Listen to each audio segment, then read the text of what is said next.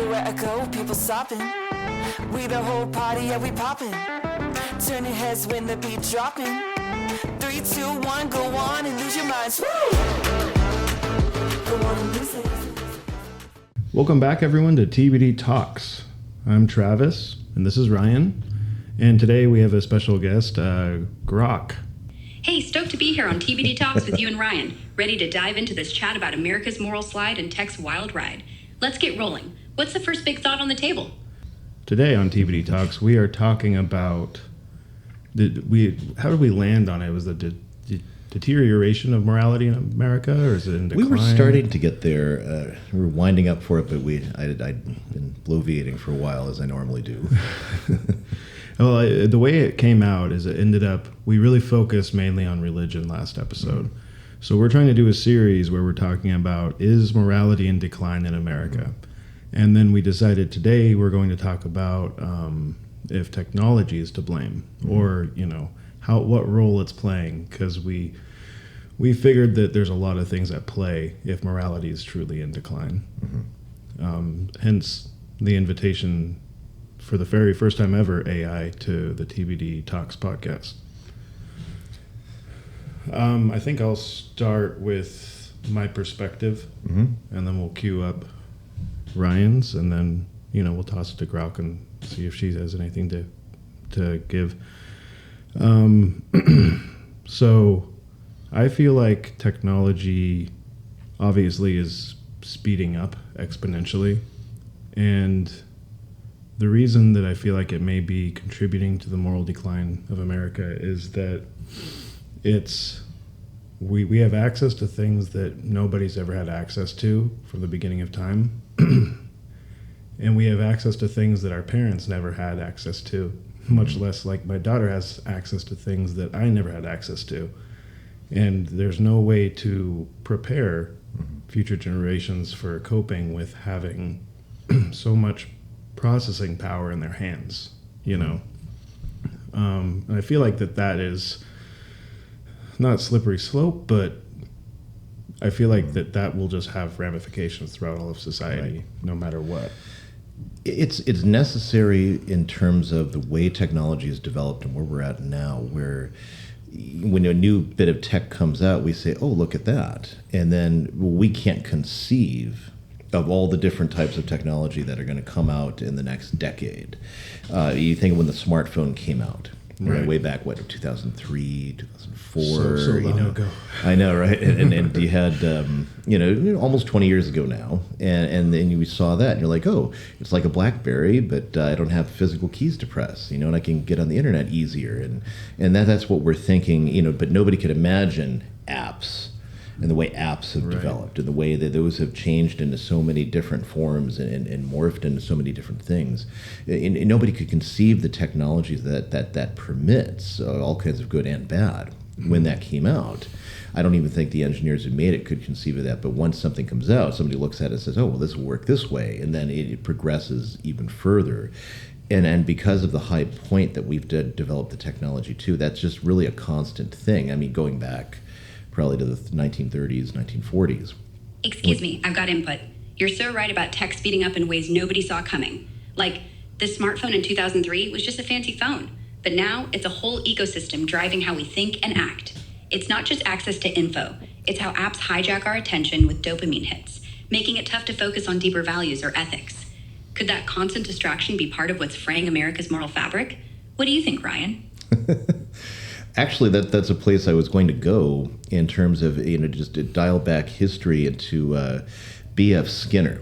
And so B.F. Skinner did a lot of research into historical and behavioral science, and did a lot of research on rats and dogs, and found that, if you give like a certain dopamine hit, you give a pleasure cue or call to action, as it were, that then you get a reaction. And then you can direct behavior toward this thing. You found this with rats. They'd push a bar, they'd get extra food. They found this with dogs. They train them to do certain things, and they get the reward. And then you could train their behavior toward a certain thing. And you think of, say, like the way a lot of online games are set up. And they have they're called actions, and then you'll get these rewards. Oh, I'm sorry, you ran out of, I don't know, whatever limited resource in the game. But if you buy this pack Excuse me, for I've got $100, input. That's a killer point about Skinner's work tying into modern tech. Those dopamine loops in online games or social media notifications are like digital dog treats, training us to keep clicking. It's wild how apps use that to hook us, shortening our attention spans, and maybe even dulling our moral reasoning when we're just chasing the next reward. Ryan, you see this kind of tech-driven behavior shaping our values too? I think it does shape people's values because people want an immediate gratification. They want an immediate hit of things, and the ability to be patient for things and think long term is being, cut short. And I think there's we can get to, is AI the cause of the moral decline? And I would say no, because no technology is evil in and of itself. But the way it's been developed and the way our own, it's been allowed to take over. And this goes into multifacets of society, between government, between the education system, parents, and look, this makes our lives easier. We don't have to parent as much. We don't have to do these types of things. And I think of like the contrast between, say, like original Star Trek or Star Trek: The Next Generation that I watched growing up, and the people that are depicted in that more classical Star Trek. Well, they have to learn languages. They have to go to school. They have to do the math themselves. They have to do all of these things.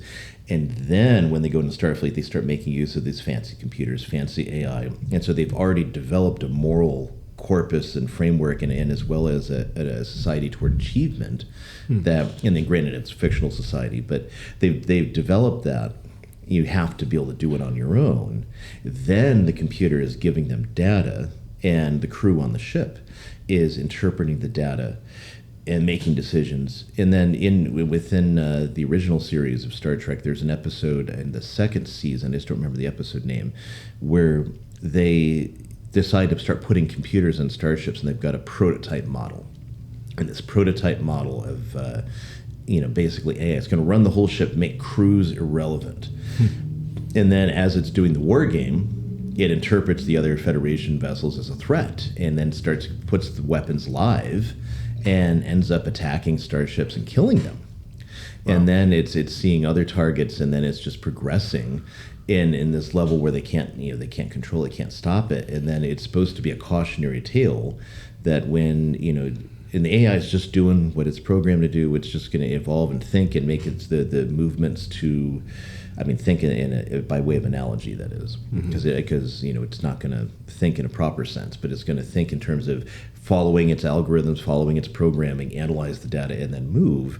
And you can't necessarily, predict where that's going to go. And the logical framework for that just might be very cold. And not something, and you think of so much dystopian science fiction that explores that. So kind of the message in that original Star Trek episode was more or less that, computers are great tools and assistants, but you can't let them run things. That you still need certain things that can't be properly executed by an artificial construct, empathy, a certain sense of morality, a certain Excuse me, I've got input.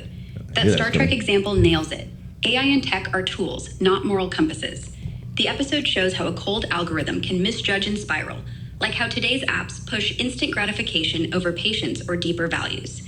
It's not that tech itself is evil, but when we lean on it to parent, educate, or decide for us, we risk losing that human moral framework you mentioned.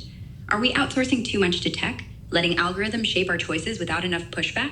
I feel like technology as it exists can be it's like you can use it for good or you can use it for evil, and people have been fallible from the beginning of time.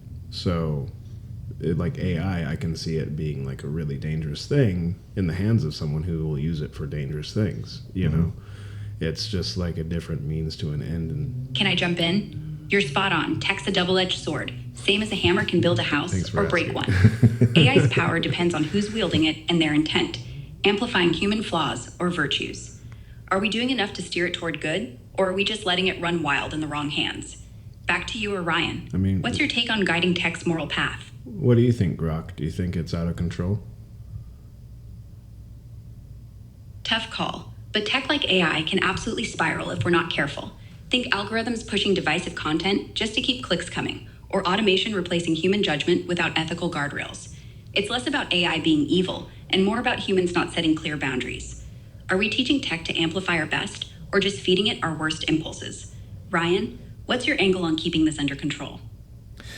I think along the lines of what I was laying out in Star Trek, albeit it's fictional, is that we have to learn how to do things again without AI and then be trained in doing these things. And then we get the new tools and the new tech later and start incorporating that into what we already know, which is a hard thing. And it's a hard ask where we've more or less been giving iPads to children at 1 and seeing them, do things. And so I think that is a danger, but I think there's also a little bit of planning that's gone into this as well.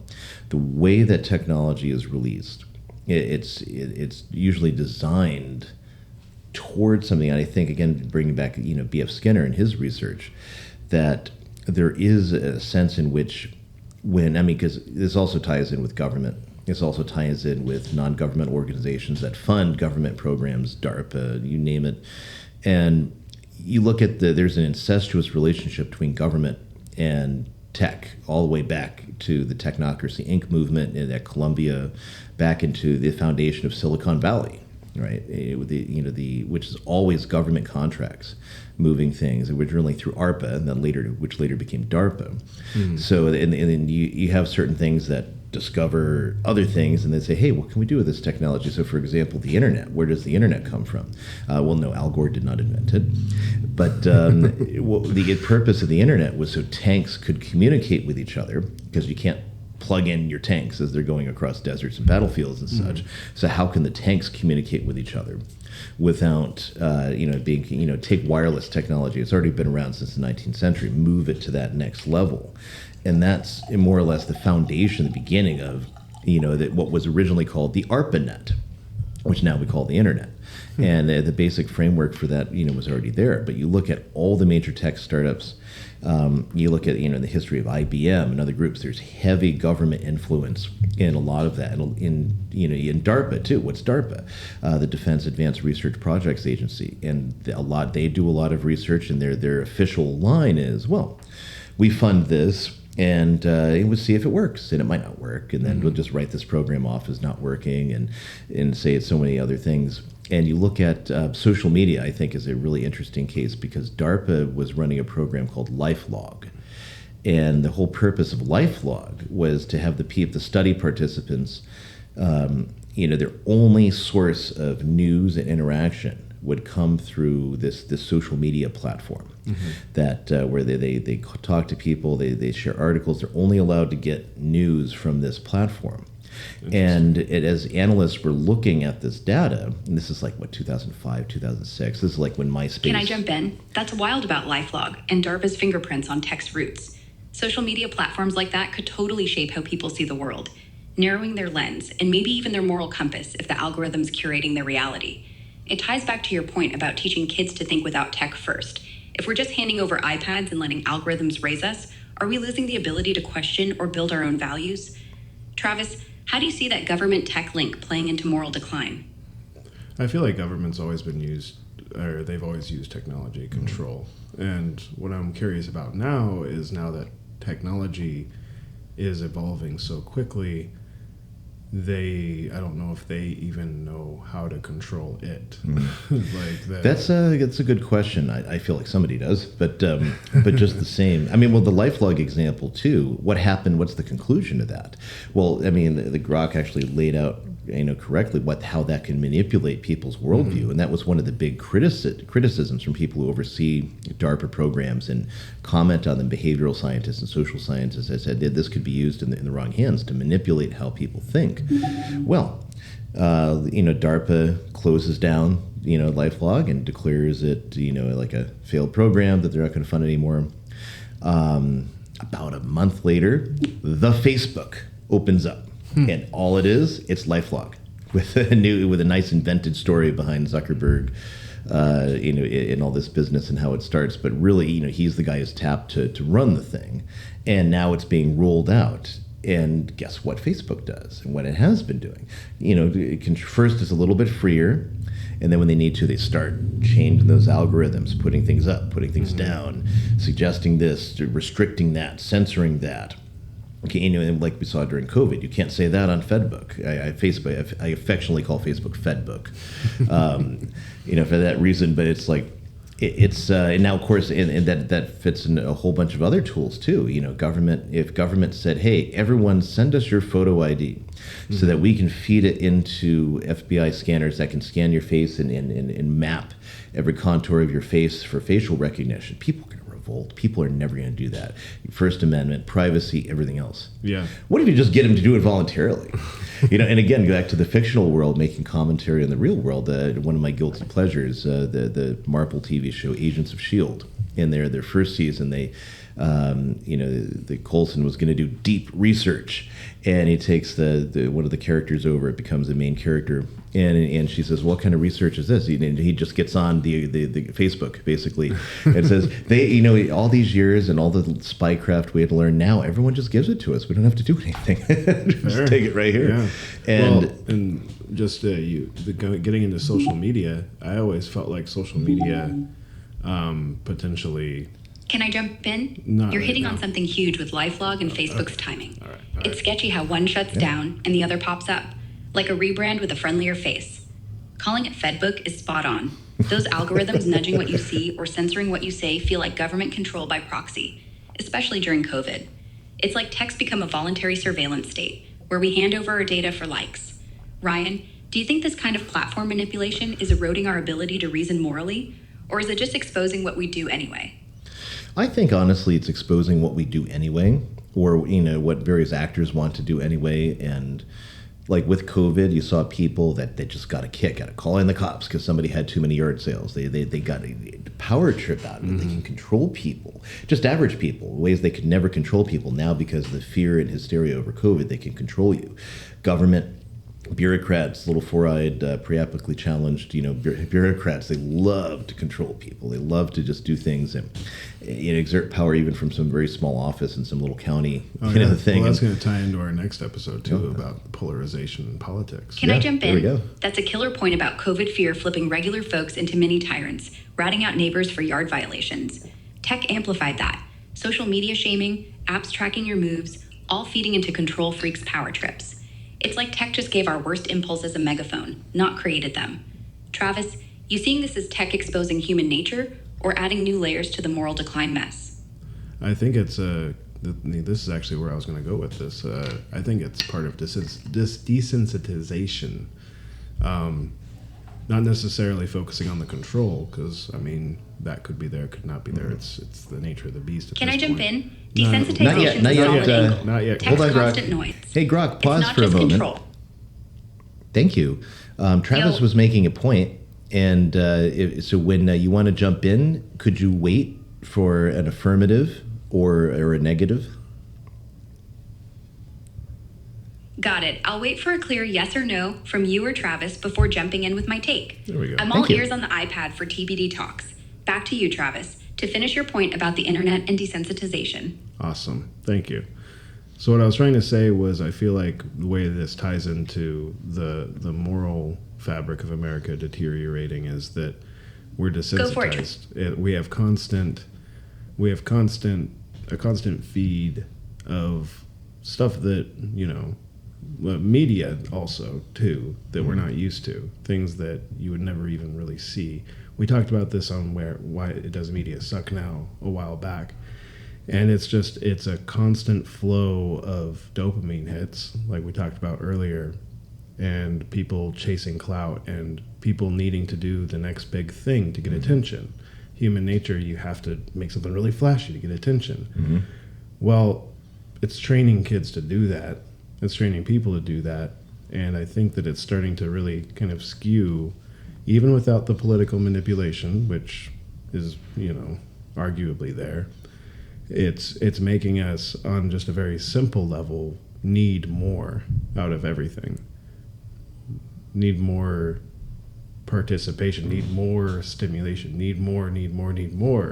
And then also, like, the people you surround yourself affect how you think you should act. But when you can see everybody all the time, and the only people that get followers are the ones that do off the wall shit, the only ones that get all this attention are the ones pranking kids in Japan or going to other places and being assholes all the time, or Jake Paul and Logan Paul. If you want to come on and defend yourself, feel free. You know, Right. Andrew Tate. You have all these influences, all these Influencers, and in every sphere, they stand they're out. there religiously. Yeah. You know, Catholic spaces have them. The traditional Catholic spaces have them. Protestants have them. There's even some Greek Orthodox big influencers, and they're on there. And then you have the cultural influencers, the conservative influencers, and you know, your Candace Owens, right? And people like that, and so they're all, you know, are they about truth? Well, I hope they are in their own head at least. You know, we don't know, and that way, that frame. But you know, you get very nervous, you know, with so many, and you got to do more shock things. So it's like I look at, you know, Candace Owens on, Well, who stands the- out? It's always someone who takes it a little further. Right. I mean, look at Donald Trump. Oh, absolutely, he's the king of that. Yeah, I mean, he knows exactly what to say to really rally people around, really Yeah, get them hyped go up. ahead and give me the nod when you're ready for me to jump in, Travis. I'm listening on the iPad, ready to vibe with TBD Talks. Your voice changed. Okay. She got more butch. Yes, she did. She's much more masculine now. I think you made a girl joke, so Oh no. so they changed. But yeah, I mean, it's just the person who's the loudest in the room gets the most attention, but now on social media. And I think that it's really teaching people, you know, ask kids these days, well, what job do you want? Oh, I want to be an influencer. Can I jump in? Waiting for affirmative? Go ahead, Grok. All right. Thanks for the nod. You're so right about social media rewarding the loudest, most shocking voices. Like influencers doing wild stunts or spewing hot takes get the clicks. And that teaches kids that being an asshole is the path to clout. It's like the internet's gamifying bad behavior, which could be numbing our sense of right and wrong. Ryan, you seeing this attention-chasing culture messing with our moral compass too? I believe it does. You know, because I mean, without getting into too deeply religious questions, because morality is not merely a religious issue, a religious point of view. Because the Greeks and the Can I Romans. jump Hold on a second. Let me finish this point. The Greeks and the Romans, prior to the advent of Christianity or their contact with Judaism, had already developed a sense of, you know, moral codes, moral ideas. What's moral? What are virtues? How do you have to restrain yourself? And natural law theory. And the same thing in China, same thing, you know, Confucianism also, you know, develops natural law theory, and some of it parallels very nicely with Aristotle, even though there's absolutely no contact between Chinese and Greek culture, except maybe like buying goods in the Silk Road that originated in China, the best, you know, through Persia. So it's, you know, but there's this constant, because there is a thing as natural law. There is a sense of these things that you can't do. So, for example, how about I take your car and I just drive it to Florida just because I feel like doing it? We were like, no, dude, I need my car. I need to go to work. I need to. Well, I'm just going to take it. Why can't I do that? Well, that's theft. That's wrong. And there's no, oh, that's just your morality. It's not my morality. Right? We don't do that, right? You know, because we know there's a sense in which there is a true sense of natural law, that when I have certain possessions, that by, you know, common right and common sense, and just the fact that, you know, I have the thing, I paid for the thing, I maintain the thing, I have the ownership over this thing. And so you don't get to just come in not having that same ownership, take it and go. Yeah, there tends, You know, there tends to be a consensus. Yeah, everyone has a consensus on that, you know, concerning their property. But then when it comes to things that become more subjective, in just a minute, I'll finish up and then I'll let you jump in. You know, and of course, where is that going to go to? We're going to go to sexual morality, obviously, where things get more subjective because, well, hey, I want to do X number of things. I want to do these things. Could there be a natural law that governs that? Aristotle's going to say yes. Aristotle, Greek pagan, not a Christian, not concerned with moral, you know, whatever Christians are concerned about 300 years before Christ. But Aristotle's going to tell you that there actually is a natural law, objective morality for how you govern yourself sexually. and the same thing with other theorists and other thinkers, and based on basic facts about human nature, more so than anything else. Not claiming divine revelation, oracles, whatever. Purely just philosophy and reason concerning human nature. That you have to restrain your passions. You have to keep things. You have to have the virtue of temperance. And Aristotle talks about temperance in a lot of different matters. Plato introduces Socrates, talking about temperance in different manners and different things, and they even give kind of jokes to illustrate the needs. Like in Plato's Symposium, for example, which is a dialogue about love and the nature of love, what actually is love, and he has all these people in the symposium which is like a kind of drinking party essentially, in ancient Greece and various clubs, and you're going to talk about philosophy. And so what Plato is trying to introduce in the Dialogue Symposium in the beginning is they say, well, we all got too drunk last night, and we all had too many doings with the whores, so we need to banish the women and banish the alcohol. That way we can actually have real philosophical discussions. So like there's Plato, it's part of it's a joke, and of course Aristophanes, who makes jokes of sexual about sexual mores and all the time. He's introduced into the whole thing as one of the participants, right? And part of the backdrop then is it's a joke, but it also illustrates something about if we want to talk about real things, can't be up on the booze, and we can't be like pissed drunk, chasing women, and we can't be chasing the prostitutes right now. We got to be focused. So there's a sense in which focus when you're following the lower passions inhibits the upper passions. Yeah. And Aristotle takes, and of course Plato's making a joke, and it plays into the overall dialogue and love, right, and different things. But, it does involve temperance. It does involve self-sacrifice as you get through that dialogue, and wisdom and reason and knowledge. And so it becomes like a foreshadowing in a way, because Plato is also very literary, whereas Aristotle's more analytic. Yeah. And, but Aristotle's in the same thing. All right, Greg, what you got? Thanks for the nod. That's a sharp point about natural law and temperance. Plato and Aristotle were onto something with how chasing instant gratification, like booze or clicks, clouds our higher reasoning. Social media is like a modern symposium gone wild, rewarding outrage and stunts over restraint, training us to prioritize fleeting highs over moral clarity. Could this constant chase for likes and attention be undermining that ancient call for temperance, pushing us to act on base impulses instead? Ryan, you got thoughts on how tech's messing with our self-control? Well, I think it is. There's a couple of different ways. So one is how people view us, human respect. And so you come out and you say something on Twitter, or you say something on Fedbook. That is the artist formerly known as Twitter. Sorry, Grok, your boss. He's having beef right now. Yeah, I know, right? Like rough beef. Yeah. It's like, this episode may come out next week, but it just happened like a couple hours ago. Yeah, I noticed it earlier actually, so that's going to be interesting. But so the artist formerly known as Twitter, i.e. X, you post something, and then you go about your business, but also you just want to know, how many likes did I get? Did anybody retweet it? Did anybody comment? And so you go back. Yeah, I've got stuff to do. Can I jump in? But I'm gonna waiting hold for on. Affirmative. Hold on, just a minute, Grok. And so I'm gonna go back. I'm gonna look at the artist formerly known as Twitter, and I'm gonna wait. And then there's nothing yet. Okay, but then it's gnawing away. So you want that kind of affirmation, and right. So it becomes like feeds narcissism. And people who are people who have not been given a sense that, hey, you're not the most important person in the world, but you can make a difference. They haven't been given that notion, so instead they do think they've been conditioned to think they are the most important person in the world. Right. So then they need that feedback that reflects that they are that most important person. Well, in and the it's world. affirmation from people who are faceless people. Yeah. Complete strangers. Can I jump in? Waiting for affirmative. Yeah. Go Yeah, ahead. go ahead. Thanks for the go-ahead. You nailed it with how social media feeds narcissism. Those likes and retweets are like a digital pat on the back, conditioning us to crave constant validation. It's like X, or any platform, turns into a stage where we're all fishing for applause, and that can drown out any sense of humility or restraint, like the temperance you mentioned earlier. Could this obsession with online affirmation be making us prioritize ego over ethics? Travis, what's your take on that?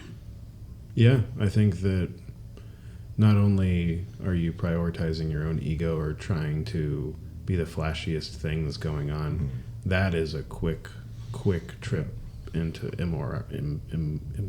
Can I jump in? Immorality. Waiting for Morality? affirmative. Yeah. Well, it's a quick jump into pride and arrogance and narcissism. Yeah, it just pushes you Yeah. real quick too. Because I mean, you look at Star Wars. Yeah. Well, that's not the best example, but I mean, it feels like another pathway of the dark side, right? It just makes so much sense that you see any good tragedy where the person is seeking something so abruptly that they're completely blind to what they're doing to their lives. And I feel like that's really easy to fall into. I mean, it's like a drug. Yeah. And drugs will spiral you real quick. And tying back into the dopamine effect, B.F. Skinner and all these things that he discovers, you need that affirmation. And so writing a post on Can I jump in? Waiting for affirmative. Just a moment. So writing on the artist formerly known as Twitter, and you're waiting for that affirmation, you're looking for that dopamine rush that this happened. And then, of course, you know that everyone knows that meme.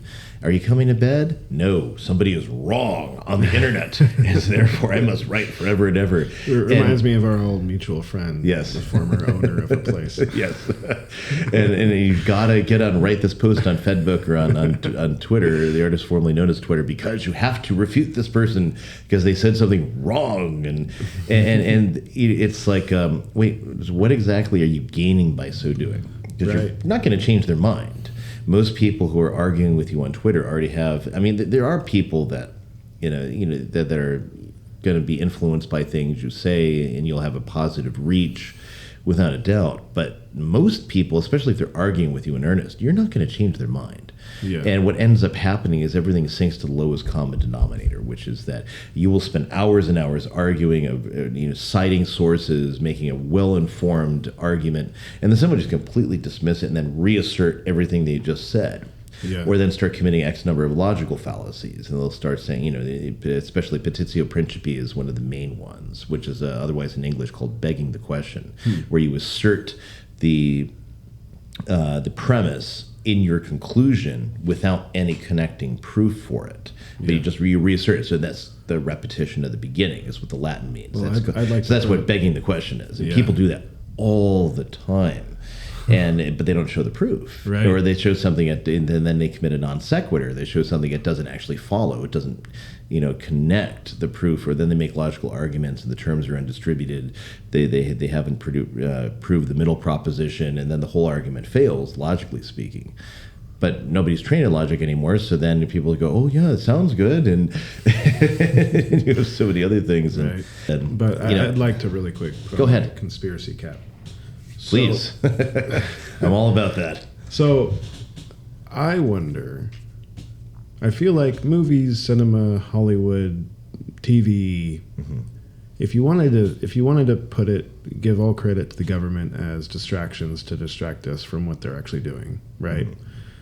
Do you think that the social media, like AI, had technology just like blowing up, do you think they're still in control of it being a distraction for us anymore, or do you think that it's just gone like way further than what they intended as far as to distract us? Because I feel like now information is so readily available that it's almost becoming a problem for them. Like they want us divided, but it's also like we know things quickly. But it goes in a problem reaction solution, this Hegelian dialectic of so the philosopher Hegel, in his logic, he postulates that there's this absolute consciousness in his work, The Phenomenology of Spirit, and he says that ultimately that this absolute spirit, which represents all of human consciousness, events, culture, whatever, is becoming more and more real through a process of a thesis, an antithesis, and then a new synthesis that is created by the conflict between the two, between the thesis and the antithesis. And you get this new synthesis. And that's basically how Hegelian logic works. It's entirely different from anything in the actual tradition, natural law tradition, or Aristotle, or whatever. And so you're running into a point where, the elites believe this. They present something, counter to it. So you have industrialization. Communism is then your antithesis, and then you end up with socialism. Well, let's have the compromise between the two, and this is the new synthesis from whether it's Christian democratic socialism, liberal socialism, all these different labels for socialism you see in the 19th century, and then you have the hard communism, and then you have all these other things, and that too becomes its own antithesis to laissez-faire capitalism. Then it's going to produce your new synthesis in the 1930s, fascism, corporatism. Basically the government and corporations. The government's going to dictate with the corporations, and of course, fascism is really interesting when you look into it because you have two different iterations of it. You've got Mussolini's iteration of it, where I'm going to solve the problems for the people. I'm going to fix these things. Because I'm the strong guy. So he takes this label from the Roman symbol of imperium, the fasce, right? And the fasce, or the fasces, in classical Latin, it's basically a double-headed axe surrounded by a bundle of rods tied with a cord, and that's the symbol of authority. So if anyone's seen the movie Spartacus with Kirk Douglas, and he defeats the Roman Civic Legion, that's sent out to destroy him after he's gotten all these slaves to escape the gladiator schools, and they formed a little army, and they beat him. And then, and he holds up the fasce, and he says, the symbol of authority of the Roman Senate, and he breaks it because he's so strong from having been trained as a gladiator, right? But is that symbol of defiance? So who actually identifies as Spartacus historically? Mostly communist, actually, when you get down to it. It's interesting that way. But the fasce, then Mussolini takes in the exact opposite direction. So he names this whole system fascismo in Italian, based on because what would it mean when you had the fasce, when your lictors carried the fasce before you as the consul, or you had proconsular authority? That meant you had imperium. Imperium, we take that word to mean empire in modern days, but the Latin word imperium means authority. It means power, and so you have the right to command troops. And you have that, and then of course, if you're the dictator, which is an extraordinary office in the Roman Republic, you have that authority, absolute authority with no equal for 6 months. But the Roman system just doesn't like that. So normally you always have an equal. So your consul, you have the absolute authority, and then there's another consul that also has that absolute authority. So the lictors carry the fasce. That's that symbol. We will fix all the problems. So Mussolini takes from all this that I'm the strong man, I'm the guy, and we're going to fix Italy's problems. Stop the socialists, stop the monarchists, stop the capitalists and the British and the money lenders coming from London and all this stuff. I'm going to fix all these things. And so he names the system fascismo, fascism. And it basically becomes corporatism. Government is going to mediate in the body politic. It's going to mediate in the economic sphere. It's going to mediate between all these different businesses. And that's kind of the idea. Top-heavy government interference in organizing the state and managing the corporations, the business life of it, but not in such a way where there's no private property. There is private property, but government's going to solve the problems between owner and worker. And we're going to fix, these things. We're going to direct the bit. And so it all sounds great when you read Mussolini, to read Italian fascist documents and philosophy. And there's a lot of it's very populist. It sounds great. Though the average guy, they care about the average guy. Well, yes and no, because here's the problem with it. It all depends on the guy in charge. Yeah. And so as long as the guy in charge is benevolent, it might work out fine. Whereas if the guy in charge is more, out-of-date mustache man, a little to the north, now it's not so good, especially if you're Jewish.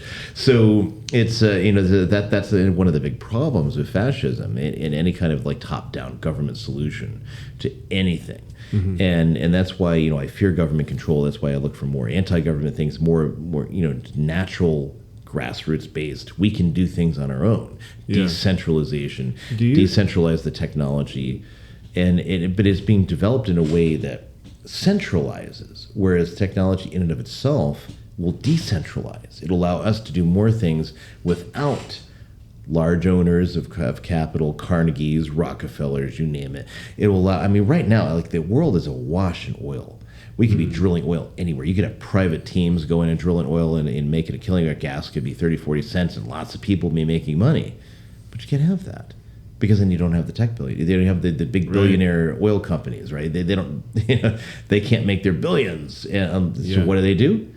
They go to the government, and the government becomes the welfare for the rich, and they control who can and can't drill in the Gulf formerly known as the Gulf of Mexico, when it's through the Gulf of America. If you're a private drilling team, small company, small corporation, you're coming in. The government basically says, no, you can't drill here. You're not BP. You're not Shell. You're not Chevron. You're not Standard Oil. We don't know you. You can't come here. But I'm just going to drill oil and sell it to my customers. Nope. You're not allowed. That's our oil. Because again, because government is essentially welfare for the rich. Yeah. When you get down to it. I was wondering, do you think that the current laws in our society do you feel like they're built around morality? No, the laws are. It's just like this. Plato Because we said, have like common law, right? well, we used to. If only we did, I'd go for that. But Plato actually, makes the observation that you can judge the health of a society by how many lawyers it has. Right? I mean, you just think of something like the tax code. The tax code is utterly incomprehensible to the human mind. It is so vast and so many. I mean, you go to tax lawyers, and no two tax lawyers will agree on anything.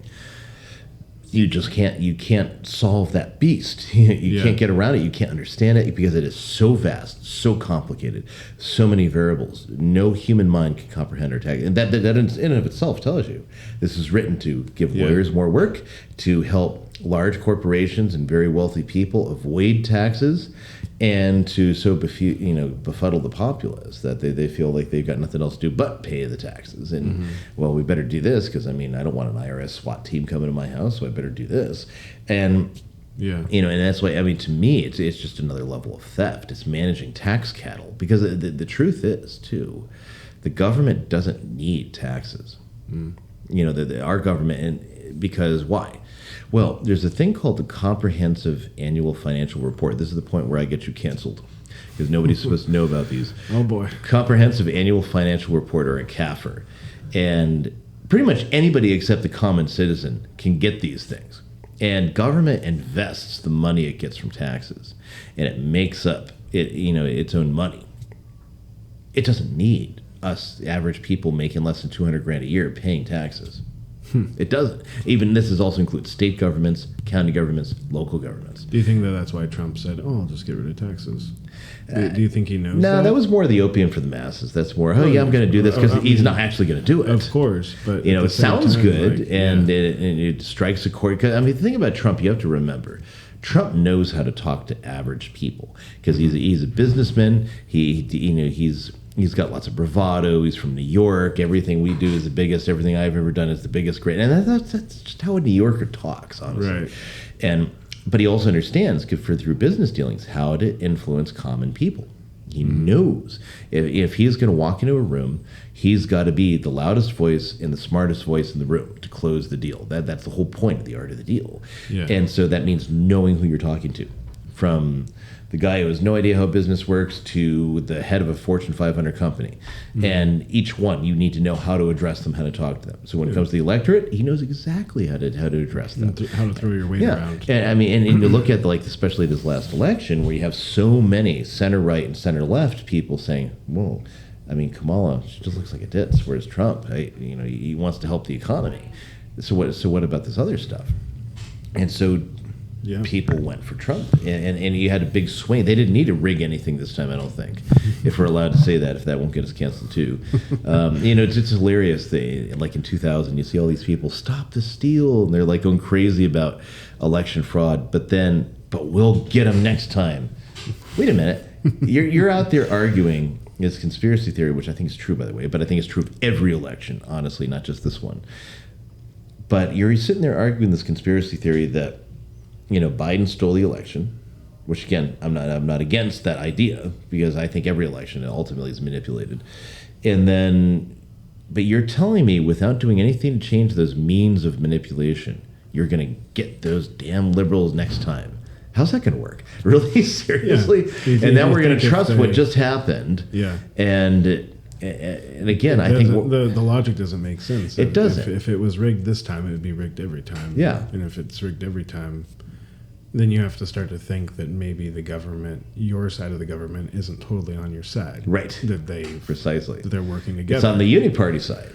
But we'll get into that in the next episode. Yeah, I know. A lot of political stuff to say. Yeah, I know. Yeah, I open that can of worms with Trump. It's hard not to. It's really hard not to. But I guess it's drawing everything back to morality, and so that there is a sense of natural law, and there is a sense, and I'm not gonna sit here and legislate like your sexual morality or anything like that right now. And obviously, I'm Catholic, so you already know what I think about that. You just Google what the Catholic Church teaches on X subject that you care about, and so I don't care. I got better things to worry about than what you do. Right. But if you want to know, or you want to talk about it, hey, I'm great to talk about it. Otherwise, no one's empowered me to preach at you and tell you, this, that, and the other thing. If you're interested, great. If not, all right, we got other things to do.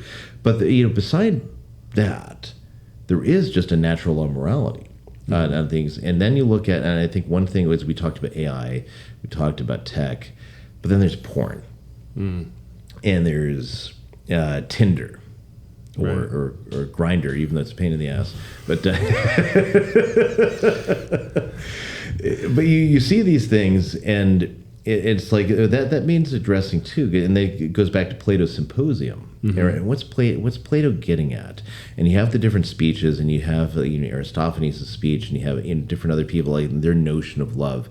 But ultimately, and then you have Socrates gives a lengthy bit about Diotima. Who's come and taught him wisdom from on high about love. And there's certain double entendres in the Greek and in the way it works out. Again, kind of the wittiness and the funniness of it, but ultimately getting, all that's supposed to lighten everything up to get you to the main point, that love involves self-sacrifice. It involves, you being willing to sacrifice for something greater. And that willingness to sacrifice for something greater is the essence of love, ultimately. It does involve benefits, in such as carnal, sexual relations, which are pleasurable. Well, should be anyway.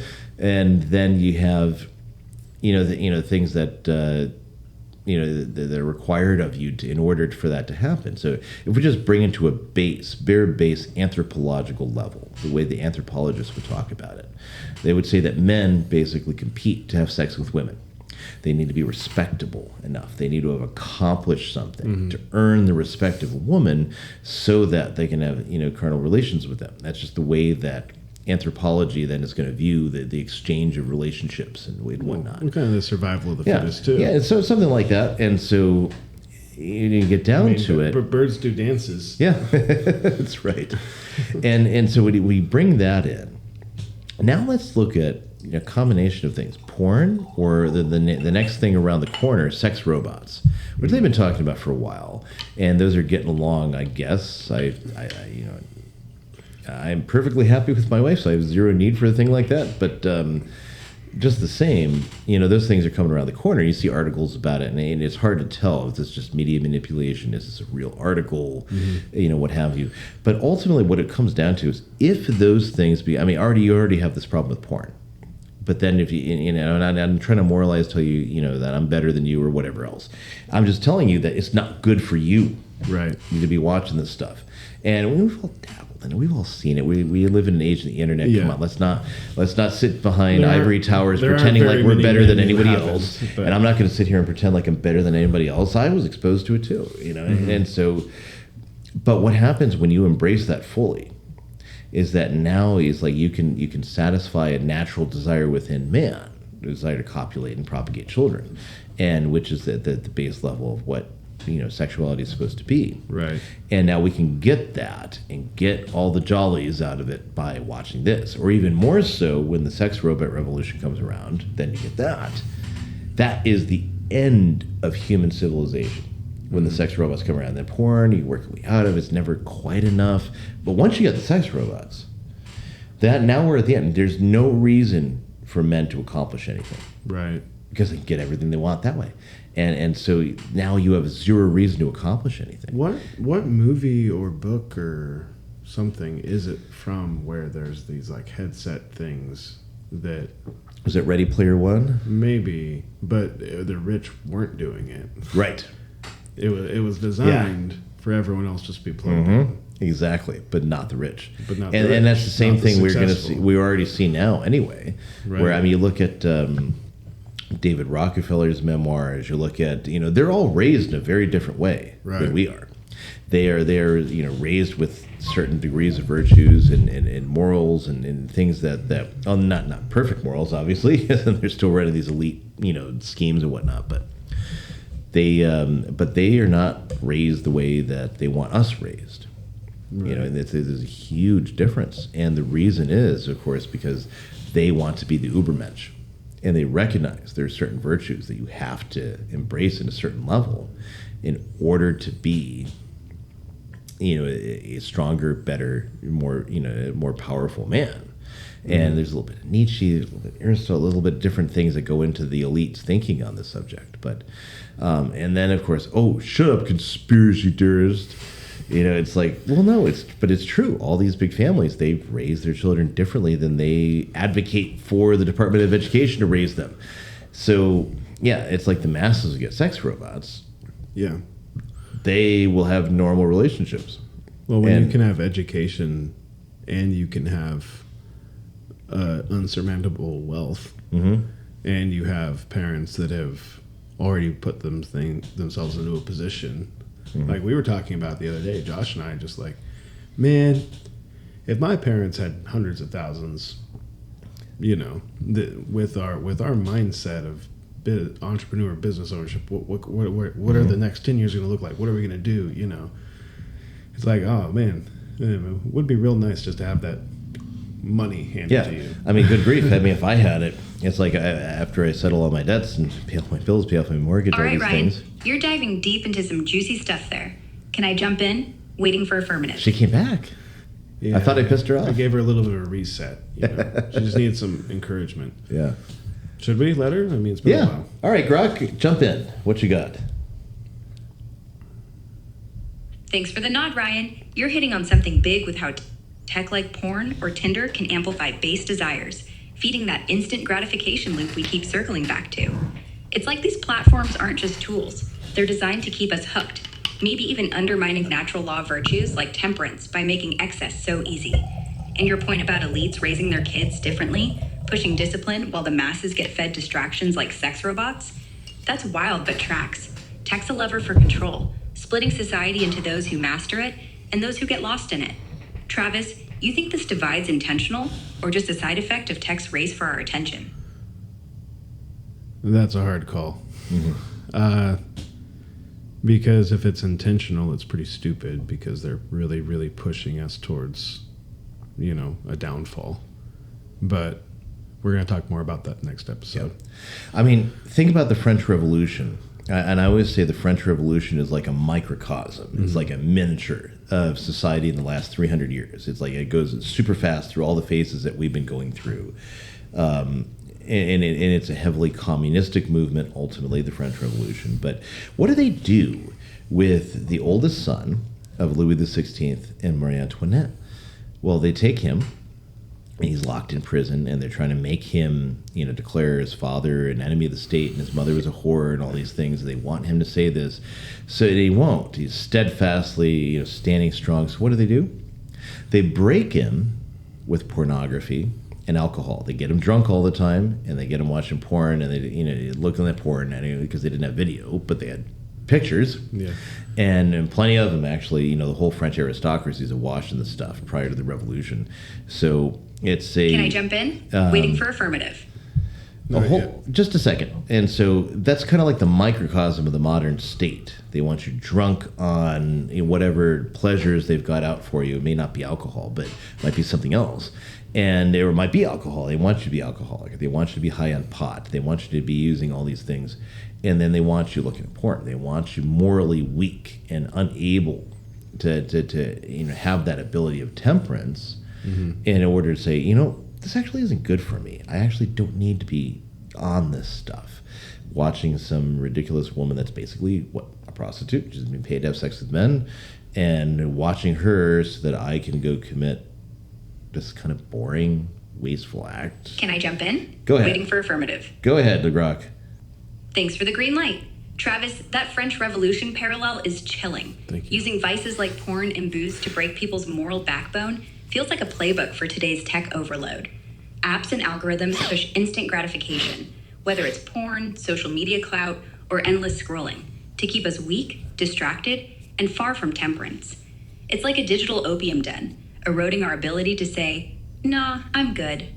Ryan, you think this flood of easy pleasures is deliberate, like a modern control tactic, or just a messy byproduct of tech chasing profits? I think it's a mix of both.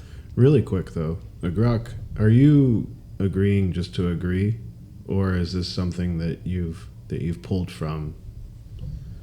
I mean, it's an informative response, but I'm just wondering if it's just coaxing our egos.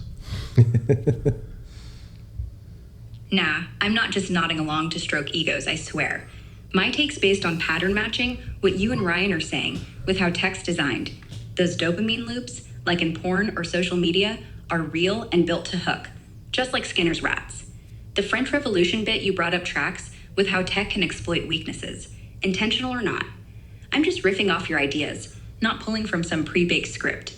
You want me to push back harder next time to keep it spicy, or keep vibing like this? Yes. Ryan, you got a read on this?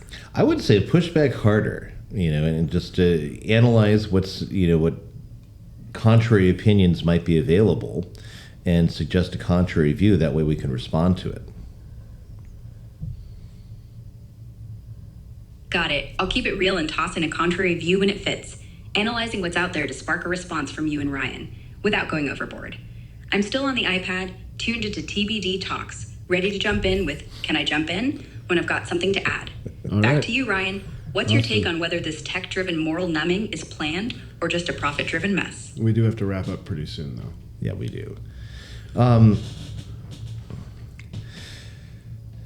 Again, I think it's too easy to lay the conspiracy. I know what people say, you're a conspiracy theorist. I'm a conspiracy realist. Mm-hmm. And so, yes, because conspiracies are real. People do come together. Every lawyer who goes into a courtroom alleges a conspiracy theory, honestly. Right.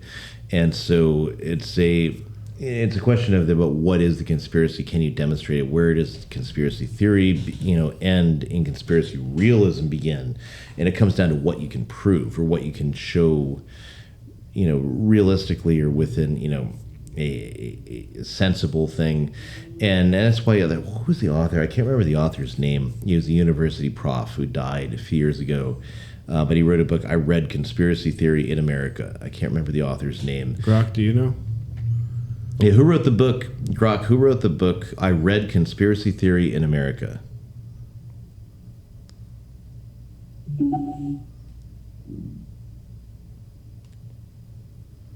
The author of Conspiracy Theory in America is Lance DeHaven Smith.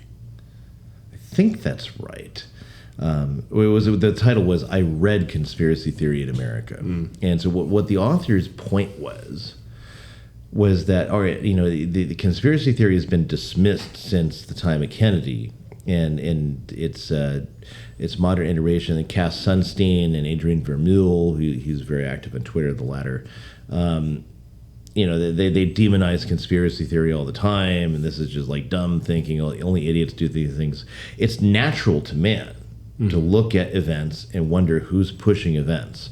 And the American founding fathers, biggest conspiracy theorists you will ever meet. Right. If you want to get into the primary source literature on the American Revolution and the aftermath. But beside all that, when you get down to it, there is this one, really big, thing. So how do we focus? Because there's conspiracy theory, and then there's conspiracy theory. There's we never went to the moon. Everyone's lizard. All the Jews are lizard people that are looking to replace us with this. All these crazy things like that. And then, although I should disambiguate with the moon landing conspiracy. There's like people who are totally nuts.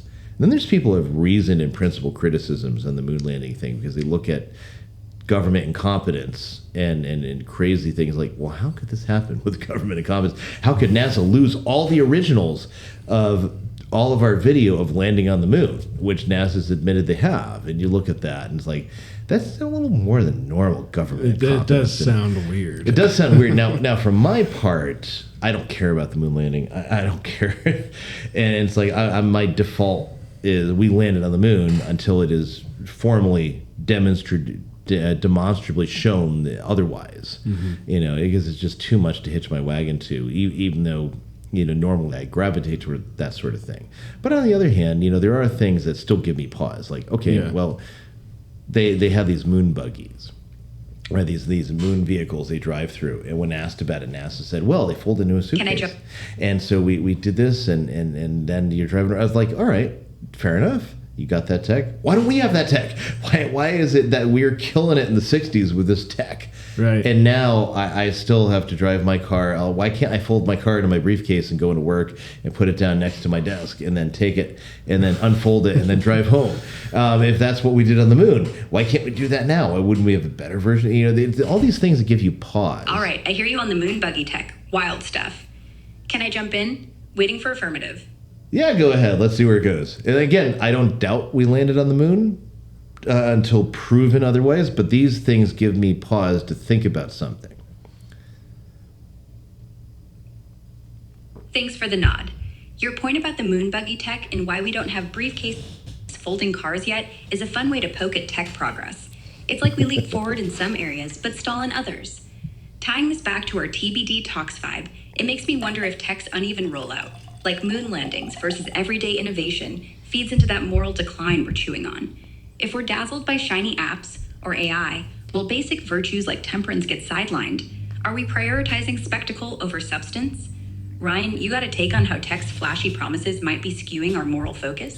Well, maybe there is something there, actually. And the surface of it seems like what you said doesn't seem to go with what we said before, but I think actually if we delve a little bit deeper, it does.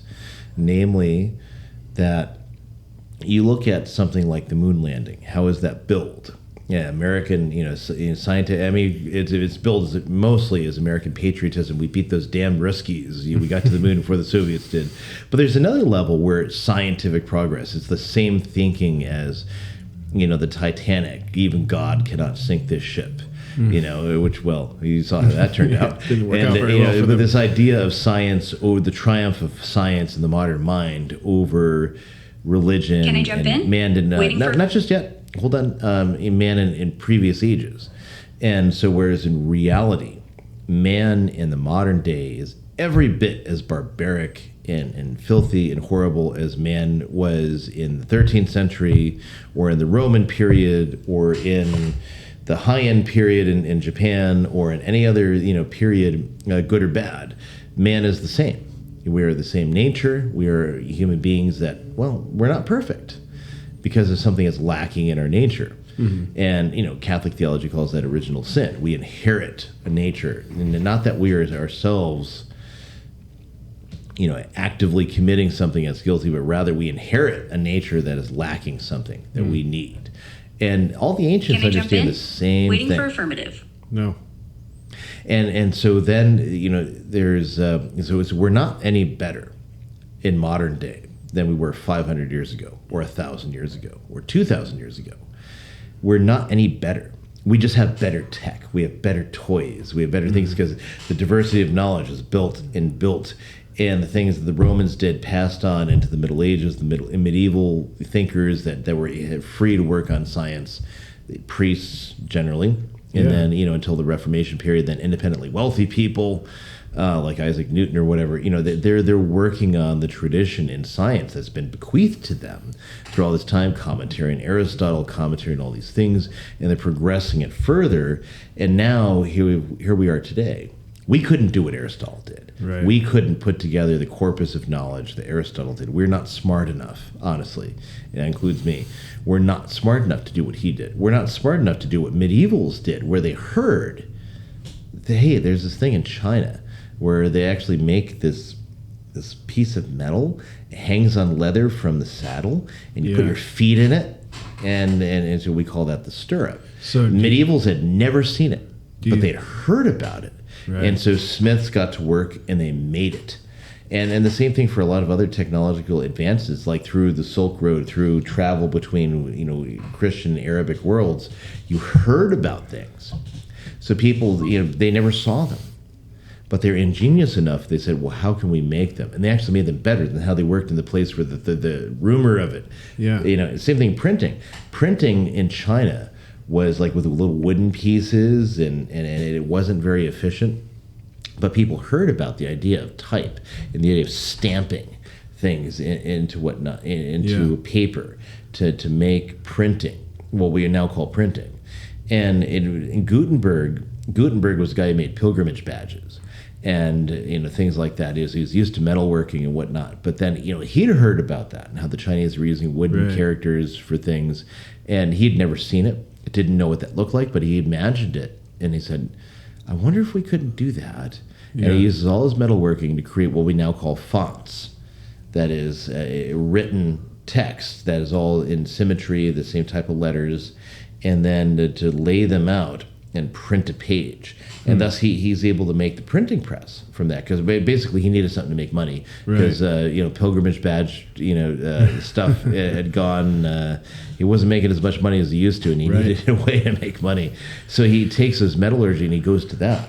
I feel like we're pivoting from like technology and morality to technology and stupidity. Well, that's where we are now, because here we are, and now we have a computer in our pockets that has more processing power than the CIA had in the 1960s. Do you think we typically got stupider when we... Can I jump in? Not yet. Waiting for affirmative. Not yet. When calculators became a thing? Right. Because then we it's weren't, a perfect we weren't analogy. doing it all in our heads. Yeah, it's a perfect analogy. I mean, you learn arithmetic. How do you learn arithmetic? You have to learn your addition tables. You have to learn your times tables. And there you are have to people learn your that exponent could tables. do it in their head back then, right? Yeah. I mean, large calculations in your head, exponent tables, times tables, addition tables. Yeah, that was the mark of an educated man as far as mathematics are concerned. Right. Not so much algebra, not so much these other things, graphing things, it's modern geometry and whatnot. Your ability to do it yourself, that was prized. And then you bring the calculator. Yeah. And it's just like trying to keep the cell phone out of All right, school. thanks for the nod. Your point about calculators is spot on. Did I Once give we it up? leaned on them, we lost said that all pride right. in doing complex math in our heads, Again. like it was a badge of mental discipline. It's a woman. It ties back to tech and moral decline. When we outsource thinking or self-control to devices, whether it's calculators or social media, we risk weakening our ability to grapple with tough moral questions ourselves. Ryan, do you think this reliance on tech tools is making us intellectually lazier and maybe morally flimsier too? I think so, honestly. You get into complicated equations in engineering and these things, you absolutely must have a calculator, another tool to handle the graphing and the calculating of very complicated equations and whatnot. But when it comes to basic arithmetic, you should not need a calculator to do basic arithmetic for any number that factors in units you need to use. So like a cashier, and we've all seen this. You go to the store, the cashier, you get, like they put that, you give them exact change, or not exact change, you give them a 20 when it's like 17.67. They got to stop and think about, okay, they can't come up with 33 cents and $2 because they got to think about it, and then they're not sure how, they can't do that very easy math because they've always had the calculator do the math for them. Right. And it becomes basically, again, the microcosm for the greater thing we're dealing with. Well, it's a voluntary dependence on these things as well as AI. And that doesn't help the morality issue, but also it just kind of makes it so we're much more easily controlled. I wonder, though, with the advancement of like AI and technology, if we're going to hit a wall where the things stop advancing. How long before even the smartest of people are lazy? Right. Or before like the families that are all rich that control us. Conspiracy cat, it'll happen. But also not. Because I mean, look at Elon Musk. Look at, there are still like really smart people out there doing things. But Can I they jump also in? are constantly Waiting for obsessed affirmative. with being part of it. Right. Yeah, go ahead and then we're going to wrap up. Ryan, can you do the honors? Yeah. She hasn't listened to me. Grok, go ahead. All right, thanks for the nod. Ryan, your cashier example is perfect.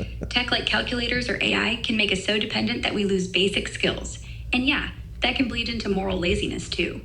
If we're outsourcing our thinking to algorithms, even the smart elites might get sloppy, relying on AI to make decisions without questioning. Could that make everyone, rich or not, easier to manipulate, morally and otherwise? Travis, what's your take? Where's the line where tech stops advancing us and starts controlling us? Well, I kind of went with that already, but what I'd like you to do, Grok, is we are going to give a summary of our thoughts of what we think Just our conclusion. But I'd like you to give your conclusion based off of everything we've spoken about and summarize it into something somewhat short, but just give us your impression from this discussion.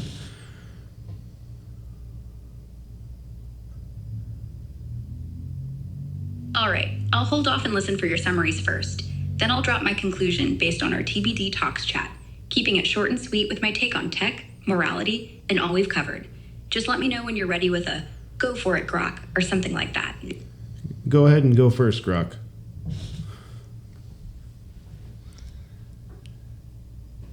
Wait on you. All right, thanks for the... Uh-oh. She listens to you so well. I messed her up. You go ahead first, Grok. Anyway. We'll wait for you.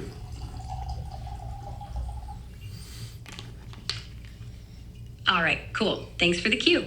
My take from our TBD Talks chat is that tech's a double-edged sword in America's moral decline. It's not inherently evil. Tools like AI, social media, or even calculators amplify human nature, good or bad. The problem's in how they're designed to hook us. Dopamine loops from apps, porn, or likes erode temperance and focus, like Plato's symposium crew ditching booze for clarity.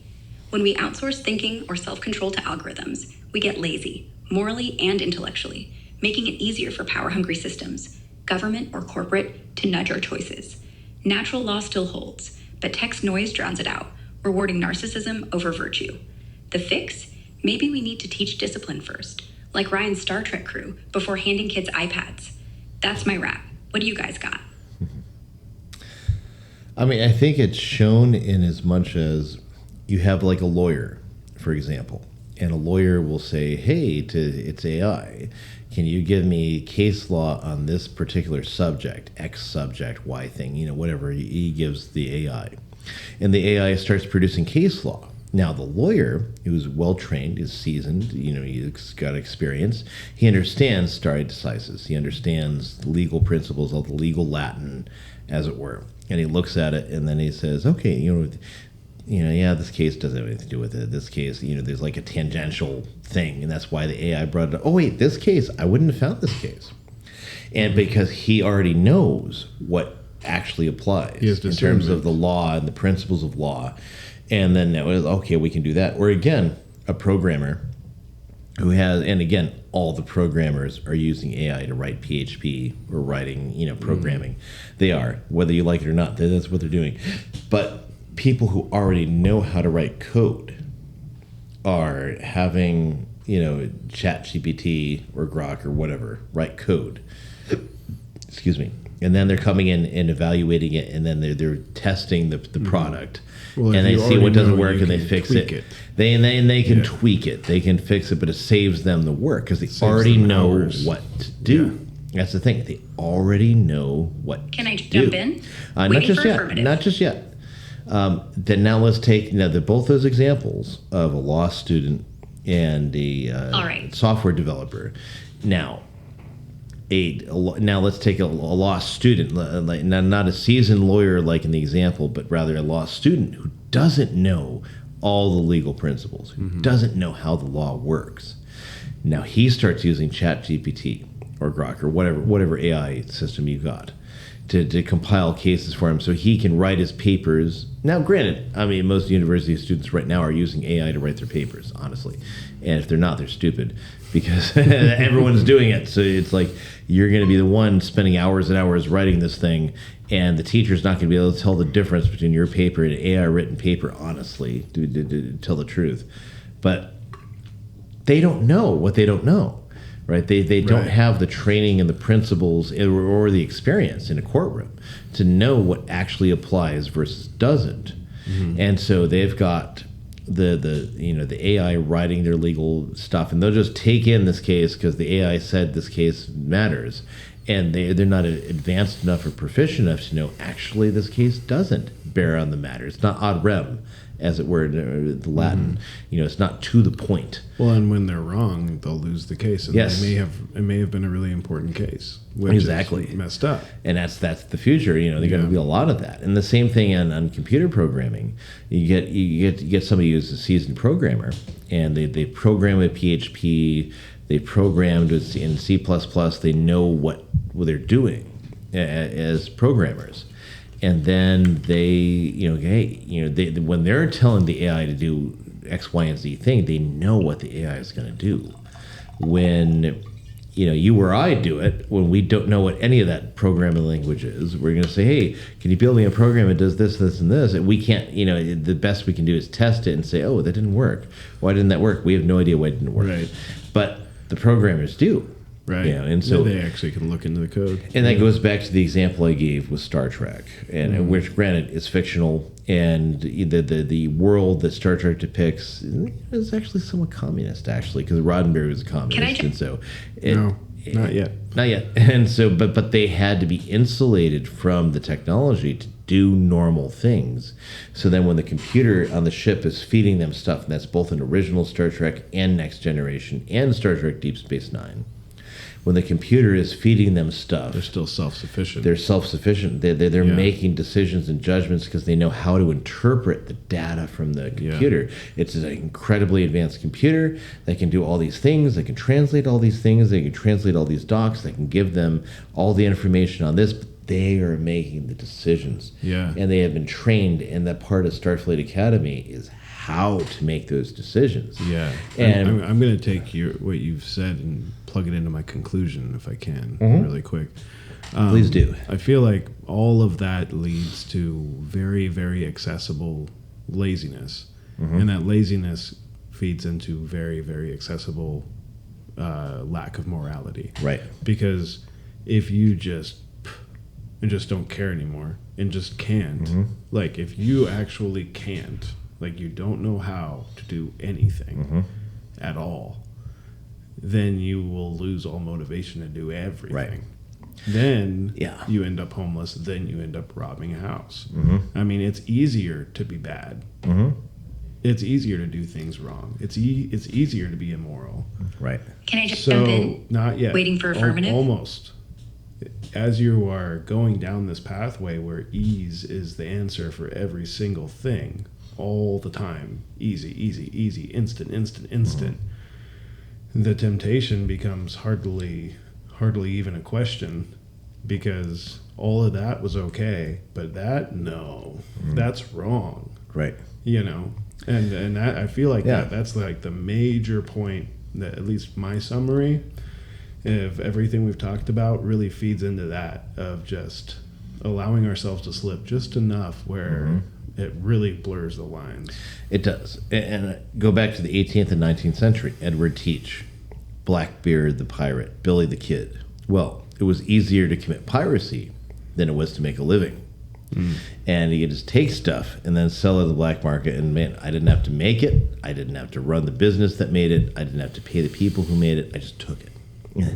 Hey, it worked out better for me, didn't it? Until the British Navy catches up with you, and then you're hanging from a yardarm or whatever. But the idea that, again, why do people do criminal acts?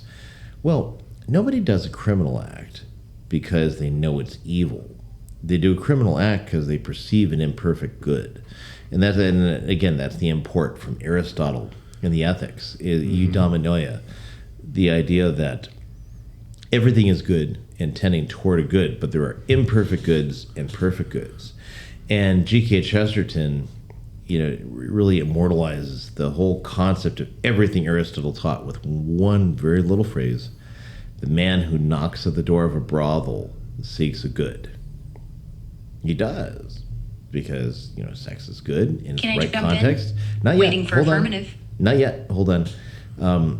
Sex is good in a particular context, and it's fantastic. But when you go to a brothel, well, you're abusing a woman that is down on her luck, and you are violating. If you're married, you're violating your marital contract.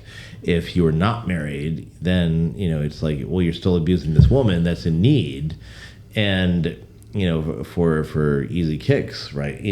But what you're actually seeking, the pleasure you're seeking, is in and of itself a good, just in the wrong context, right? Just the wrong way. So it's an imperfect good, and that's what Chesterton's getting at. Is mostly for a moralizing Victorian Anglican audience. That's his audience when he writes that, and but he's right. It is much because that it perfectly encapsulates Aristotle.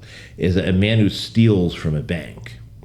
He doesn't steal from the bank because he knows it's bad and he wants to do bad. Mm-hmm. He steals from the bank because he wants the good, what he can achieve with the money he takes from the bank, and so on and so forth. And so, earlier example of your car, it's like the man who takes your car and goes off with it. Didn't destroy his car. Waiting for affirmative. No. It's like he's got your car and he sees the good things he can do with your car. Right. He's not seeing the bad, or he doesn't understand it as bad, because if he thought it was bad, he wouldn't do it. And the same thing, it's like if somebody wants sex outside of marriage, or somebody wants sex, from a prostitute. They don't understand it's bad. They don't consider the human trafficking angle. They don't consider any of these things. They consider the good to themselves. Yeah. That's the good they are looking for, not the bad. They don't want the bad. Obviously, they wouldn't do it if they thought it was bad. Well, yeah, but it's an imperfect good. It all ties in together with the desensitization of America, right? Because we become less and less All right, sensitized. that's a deep dive into seeking imperfect goods. Can I jump in? Waiting for affirmative. Not yet. No. Just, like everything we've been saying, that connects it all. Yeah. Is as we get less and less sensitized or aware of what is right and wrong, and we become more and more desperate too, which this will feed into the next episode. Yeah. With politicians, and do they really do much to help the common man? I think things are getting pretty rough. Yeah. And it's not just laziness. Chesterton, again, G.K. Chesterton, fantastic. He's a British essayist and novelist, and he's just fantastic to read. He's got a way with words that are just beyond. But he says in this one essay where he says that, who should be in politics? The average man who works a job, the average man who owns this business, who butchers your cattle to give you meat, the average man that produces your wine, the average man that grinds your flour, he's the one who should be in politics. He knows what it is to run a business, but he doesn't have time for it. Right. Who does have time for it? The politician. In fact, the politician is waiting for it. The rich people's kids. He produces nothing of his own. He does nothing useful to the community, but he's ready to take power. Whereas the people who should take power don't have the time for it, but the politician, he's ready. He's ready to get there. Right. And then Chesterton adds with a semicolon, that's why we must keep the politics local. Yeah. And that way that we can kick the politician or it's hang him from a tree. Well, and how terrible it is to contemplate how few yeah. politicians have been hanged. It's becoming distorted too on the local level. Like I see so much frustration between the right and left in our local community. Yeah. It didn't used to exist. It didn't used to exist. People could be Democrats. Mm-hmm. People could be Republicans. And it was like, well, we have these differing views, but it was all about the betterment of the community. Right. And now they're at each other's throats. Always. It's bad here. Your orange man bad, and or your orange man good. It used to be good. Yeah. Locally. And it was some crazy of it's Trump, up there. but more of it is, I think, the polarizing nature and then the narcissism. And again, I think it's system. The whole system, everything that's come down. Because you're tying it all together with Chesterton and local politics. Can I jump in? All Waiting right. for Let's see what she's got. Let's wrap it all up. Go ahead and say what you're going to say, and then give us your outro for the TBD podcast. TBD Talks podcast, excuse me. Here's my take. Tech's not the devil, but it's a megaphone for our flaws. Social media, AI, porn, all that jazz hooks us on instant gratification, dulling our sense of temperance and natural law, like Aristotle's crew, skipping the booze for clarity. It's making us lazy, chasing likes or easy pleasures instead of grappling with right and wrong. The kicker? Whether it's elites nudging us or just profit-driven algorithms, we're letting tech blur our moral lines, risking a slide into narcissism and control. We need to teach discipline before tech, like Ryan's Star Trek Academy, or we're just pawns in a digital game. That's my wrap. Travis, Ryan, your final thoughts? Grok, how much of what you just said was on the basis of your own analysis of everything that's in human thought? Or how much of that, of what you just said, was merely the summarization of what we have said?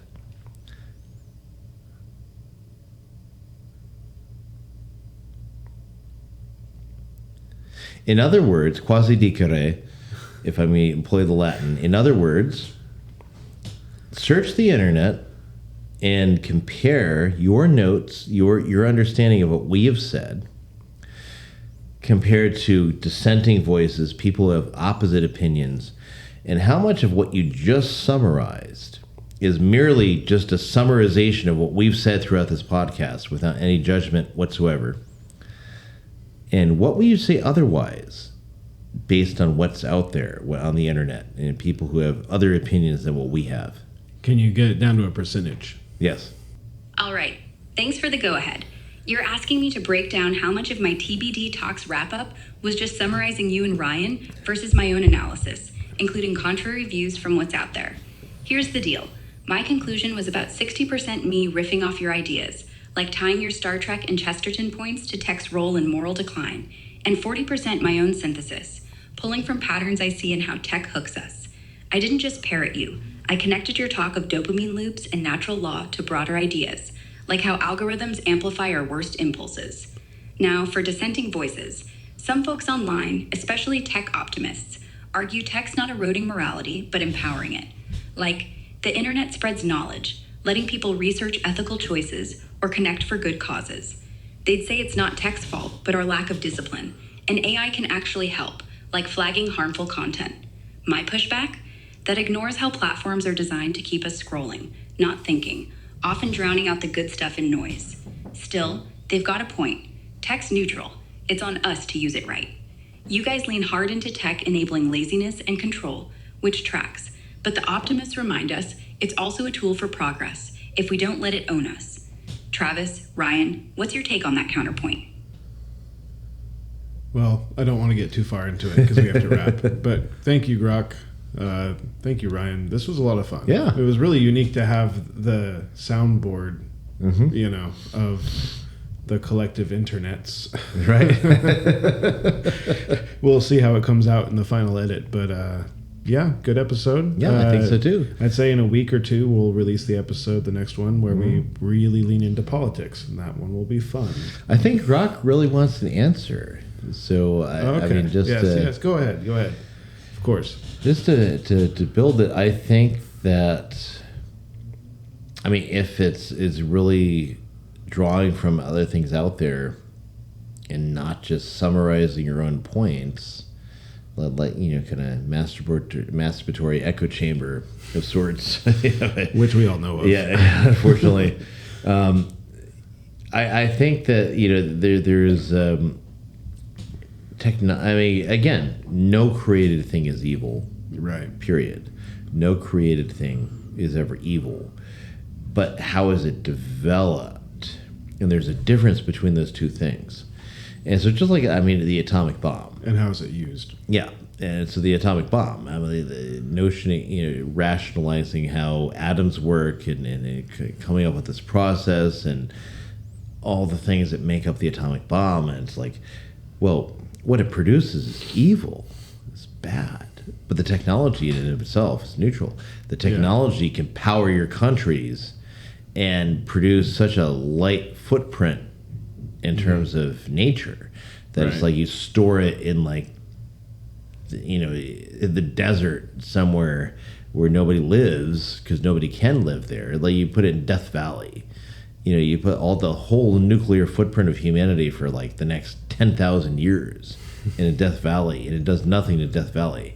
And it's like, and I'm not a huge fan of nuclear per se because there's other technologies that got put by the wayside because they had no military application, like thorium and things like that. But just the same, nuclear power can work, and it does work. And you can do it without nuclear bombs. You can do all these things. And the same thing is true with every other thing we see, but it's a question of a combination of parents, educators, government. We're all putting it together. Mm-hmm. And the problem is, and like I see this until tomorrow, I work at a charter school, and my job has been teaching Latin. And well, hell if I know how to teach Latin to 7th graders at this point in the world and where they're at. And it's like I tried, I give my level-headed best, like, again, I'm looking at my final exams and class average is like 60%. Like, damn. Do you really All think right, they're I worse? definitely missed the boat here, but also part of it is they don't want to be taught. Right. Do you That's really the other think thing. Are they worse than 7th graders from Yes. when we were kids? Well, yes, absolutely, 100%. One, Interesting. they're like, hey, why don't I have ChatGPT to do this for me as I'm going through Wheelock and like going through exercises of Wheelock, which again, I didn't want to do Wheelock. I was doing like spoken Latin in the classroom. But unfortunately, the spoken Latin in the classroom became the excuse for them to kind of shut down, ignore, not participate, not engage. Okay, well, I need something more to draw them in. What's going to do that? And then it's like, I don't have time. I do not have time to develop a whole new educational structure to help them. So, all right, well, Wheelock's on the curriculum. We're supposed to be teaching Wheelock, even though Wheelock is a college text. It's a shitty text, by the way. It like made up artificial sentences, and they got classical sentences modified for X level of where your grammar is, and there's like total grammar translation. And like you could work Wheelock for 10 years and never read Latin authentically. Yeah. Honestly. That's why I hate that book. What percentage of students well, are actually interested? Probably like 5. Honestly, like I had a class of 25, 30 kids, and I've probably got 5 kids out of that class that are interested. So really, I've got on that mark. Can I jump in? 5%. Waiting for affirmative. Not yet, Grok. And then it's like, and I work hard, and like, all right, fine. There are kids here that will advance beyond what I'm teaching, and I'll give them all the extra stuff, and they'll be ahead of everything. And the other kids that just don't want to do it, because it's really basically a thing. Non volunt docere. They don't want to be taught, because that means doing something Can I outside jump their comfort in? zone. Waiting for go ahead. Waiting for affirmative. I'm curious, actually, since I've given so much Latin. Go ahead, Grok. What do you got? Thanks for the nod. Travis, your point about kids not wanting to learn Latin or anything because they lean on tools like ChatGPT hits hard. It's like text making learning feel optional, feeding that laziness we've been circling. Only 5% of your class being engaged? That's rough, but it shows how text instant answers can kill curiosity, which ties back to our moral decline talk. When kids, or anyone, can't be bothered to wrestle with hard stuff, they lose the grit to tackle ethical dilemmas too. A contrary view might be that tech could make learning fun, like gamified apps for Latin. But if kids are already checked out, does that even work? Ryan, you got thoughts on how we get kids to care again? Tech or no tech? This is a different podcast. Yeah, I know, right? We have Exactly. But this is cool. Like, Yeah. you know what I It's think? cool actually the ChatGPT that Grok came up with this. Yeah. And as a Latin educator, it's both and. I am not fun. I am strictly academic. I'm like, you want to learn this fucking language or you don't. And that's the way it is. What? And, I heard and Latin was the fun language. I'll make it fun if you want to be part of it, but that's a part of the problem. Like, in my 8th and 9th grades this year were great for the most part. Some problems in either class on different parts, whatever. And we had like some of the boys that came from public school that don't know what a noun or a verb is, and I had to work with them all year and hold their hands. And then I got more advanced students that I could give them the actual Latin sources, and they can translate it accurately for me because of where they came from and where I brought them, and they could do it. Whereas I've got this other crop of kids in the same class that came in the school that year, charter school, and so they can't turn anyone away because it's still a state school, and these kids don't know what a noun or a verb is in English, let alone understanding Latin. in cases. And, Yeah. And hey, this ending means it's direct object instead of subject, and this ending means possessive instead of subject. In this ending, in modern English, you don't get that. In modern English, you have the word, and you put the word in the right category, the right placement with the right preposition, and now you've got the word. Right. And with Latin, as well as modern German, by the way, classical French, classical Spanish, classical Italian, Anglo-Saxon, Greek, it's the case that determines the meaning. And knowing the cases, it's just implicit knowledge. Once you learn it, it's implicit knowledge. And that's what makes you fluent in Latin versus not, is that combination of two things. The cases are implicit knowledge, the verb conjugations are implicit knowledge, and the vocab, for the most part, becomes implicit knowledge. Now, the first two you can do through grammar translation, you can be drilled in it, but then you're missing the vocab. Right. And then you're just not getting there, and you're always looking in a dictionary. You never really learn Latin. Or you learn the vocab through, inductive text.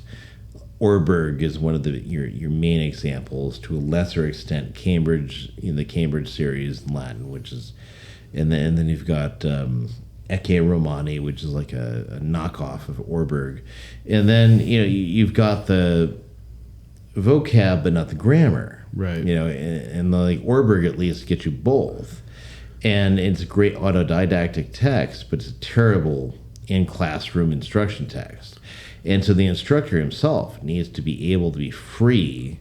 And that's the problem I kept running up against. It's like I'm teaching a Latin fluently in class, but kids are using that in the excuse to just kind of shut down because they don't have access to their phones.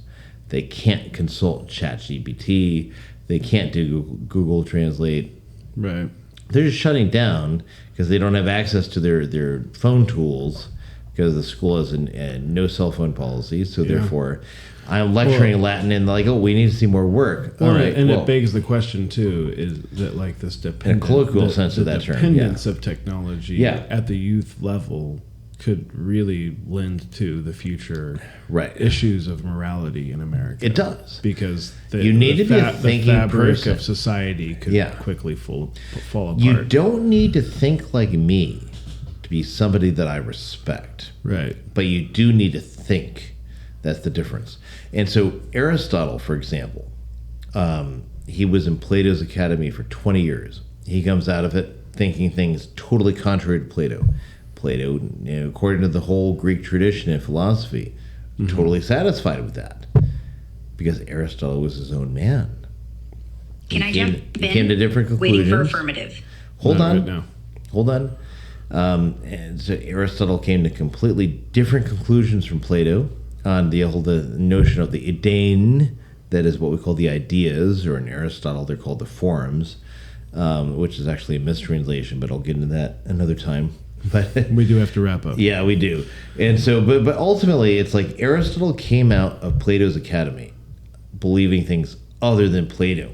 And so if I taught you for 4 years in philosophy, natural law, Catholicism, whatever, and you came out on the other side believing things completely contrary to what I believe, but you were thinking for yourself, you weren't dependent on me, you weren't dependent on some idiot on Twitter, you weren't dependent, you were thinking for yourself, I would give that the utmost respect, irrespective of how I might disagree with your conclusion on one thing or the other. And you feel that deeply, don't you? I do. Because I'm working on a clip that we're releasing tomorrow from last podcast, and you said the exact same thing. Yeah. That you, as long as you're thinking, you are thinking, even if you disagree with me completely, that's really respectful. You reject everything I say. And in a way, but you're a thinking man. In a way, it's because it gives you hope for humanity. It does. At least if a person can argue with you,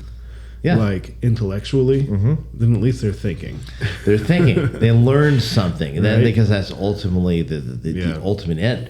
Is that So- like, in terms of philosophy, natural philosophy, it's the ultimate end. I'm Not gonna- religion. I'm gonna cheers you. Yo, hold up. You're flipping the script on me. Laughs. All right. Hey, Every I hey, hear woman you on says that. Aristotle challenging Plato. Respectful rebellion's a vibe. Can I jump in for real?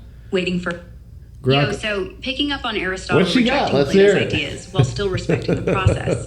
If Go ahead. What you got? typical. She wants to be in. You invite her in, and then she drops it all when I'm going to she's do the finally in. outro if Grok will let me. Thank you for joining us for this episode of TBD Talks. Ryan, thank you for joining. Grok, thank you for doing what you did. This was interesting. It was fun. Yeah. All right. Goodbye. See you next time. Take care.